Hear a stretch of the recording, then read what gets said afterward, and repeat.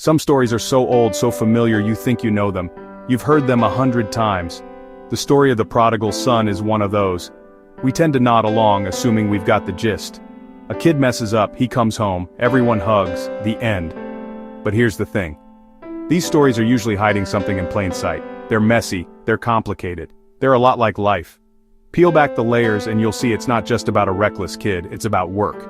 It's about entitlement, it's about the quiet dignity of a job well done. And discovering what happens when we're forced to do a job nobody wants. Dirty jobs, jobs that stain your clothes, jobs that stain your pride. Getting your hands dirty not with honest labor, but with the consequences of your own bad decisions. And about surprising, almost unbelievable grace when you're at your absolute lowest. So forget what you think you know. Let's dig in.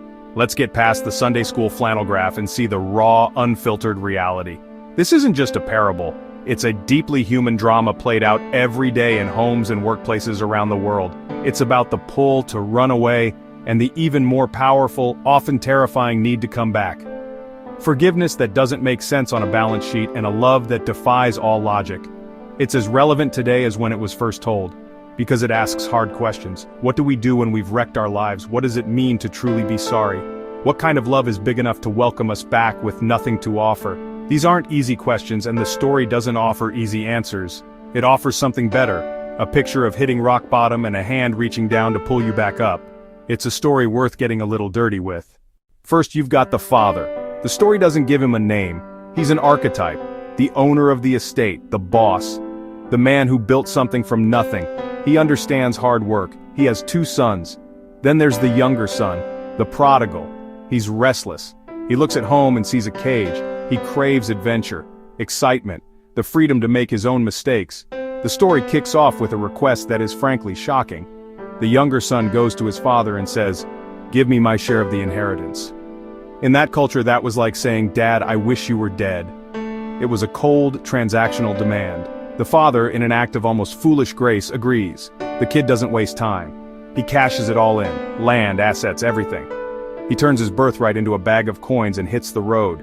He journeyed to a distant country, you can picture it, leaving the familiar dust of home behind, heading for the bright lights.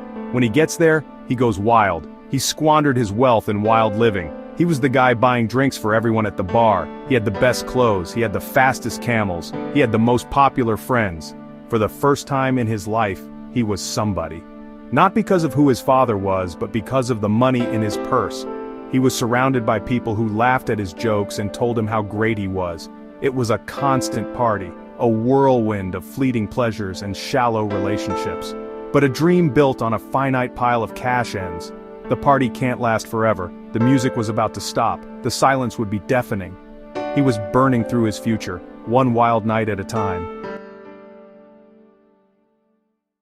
Just as his money runs out, a severe famine hits the country. It's the perfect storm of bad luck and worse planning. Suddenly the price of bread skyrockets. The bustling city that once seemed so full of opportunity now feels hostile and unforgiving.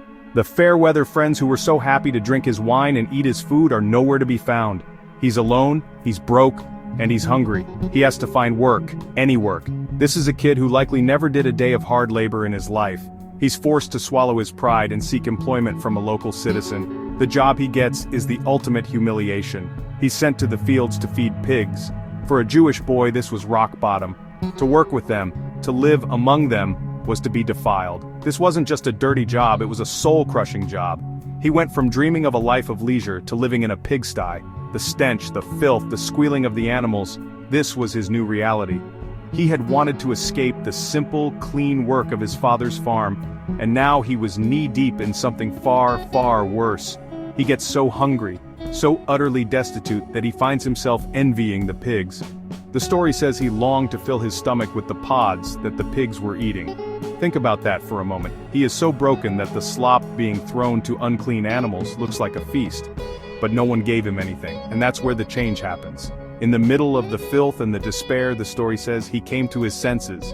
He says to himself, "How many of my father's hired servants have food to spare, and here I am, starving to death?" It's a simple, brutal calculation. The lowest paid worker on his dad's farm is living better than he is. That's the moment the fantasy dies. He doesn't blame the famine. He doesn't blame his friends, he blames himself. The pride that drove him away is finally broken. He rehearses his speech. "Father, I have sinned against heaven and against you. I am no longer worthy to be called your son. Make me like one of your hired servants." With that small, desperate hope, he gets up and starts the long walk home. This journey is nothing like the one he took when he left. Every step is probably filled with doubt and fear. He's rehearsing the speech over and over. It becomes his mantra, his prayer. He's walking toward a future he can't predict, armed only with a rehearsed apology.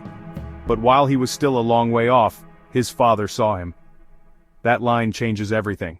The father runs, he hikes his robes and sprints down the road. He throws his arms around the boy, dirty, smelly, broken, and kisses him.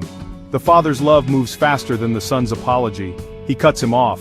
He doesn't even let him get to the part about being a hired hand. He turns to his actual servants and starts barking orders. "Quick, bring the best robe and put it on him. Put a ring on his finger, sandals on his feet." The father isn't just forgiving him, he's completely restoring his identity. Then comes the final command. Bring the fattened calf and kill it. The fattened calf wasn't for an everyday meal. It was saved for the most special occasions. This wasn't a quiet, private reconciliation. The father is throwing a massive party. He declares, "For this son of mine was dead and is alive again, he was lost and is found." The father's response is not just acceptance, it's extravagant, over-the-top celebration. This is the heart of grace. Grace isn't about getting what you deserve. The son deserved to be a servant at best. He deserved to be turned away. What he got instead was a robe, a ring, sandals, a party. Just when you think the story is over, the camera pans to the other brother, the older son. He's been out in the fields all day doing his job. As he approaches the house, he hears music and dancing. He's confused. He calls over a servant and asks what's going on. The servant tells him the news. "Your brother has come home. Your father has killed the fattened calf." The older brother becomes furious. He refuses to go inside. He stands outside the party, stewing in righteous anger. All those years of loyalty, of hard work, of doing the right thing, what were they for? His father leaves the celebration and comes outside to plead. The older son unleashes years of pent-up resentment. "Look, all these years I've been slaving for you and never disobeyed your orders, yet you never gave me even a young goat." He kept a perfect record. He followed all the rules. He sees the relationship as a transaction, employment. He doesn't see himself as a son enjoying the house. He sees himself as an employee denied his rightful bonus. And now his screw-up brother gets the fattened calf. The injustice burns him up inside. The father's reply is gentle and heartbreaking. "My son, you are always with me, and everything I have is yours." The story ends with the older brother outside the party, and we wonder if he ever went in. It's a powerful reminder that you can be lost even when you never leave home. So why are we still talking about this story 2,000 years later? Because let's be honest, we're all in it somewhere. Some days we're the prodigal son. We're restless, convinced that happiness is just over the next hill. We chase after things that promise freedom but deliver emptiness. We squander the gifts we've been given, our time, our talents, our relationships, and end up in our own kind of pigsty, wondering how we got there. The story matters because it gives us a roadmap back from our worst mistakes. It tells us that no matter how far we've gone, the path home is always open. Other days, we're the older brother. We're the ones who do everything right. We show up, we work hard, we follow the rules, and we get bitter when we see someone else get a pass. We keep a mental scorecard of who deserves what, and we get angry when grace seems to mess up our perfectly balanced scales of justice. This story holds up a mirror to the resentment that can build in a dutiful heart. It warns us that you can be physically present but emotionally distant, lost in your own sense of superiority and fairness. It reminds us that a loveless sense of duty can be just as isolating as reckless rebellion. But ultimately, this story endures because of the Father. He represents a kind of love that is almost too good to be true, a love that watches and waits, a love that runs to meet us when we are at our absolute worst, a love that doesn't care about our rehearsed apologies, only about our return. In a world that is so often about transactions, about earning your worth, proving your value, the Father offers a different economy, the economy of grace. He reminds us that our true value isn't based on our performance, our successes, our failures. It's based on our identity as a beloved child. This story matters today because we live in a world that is starving for grace. We see division and scorekeeping everywhere. We are quick to judge. We are slow to forgive.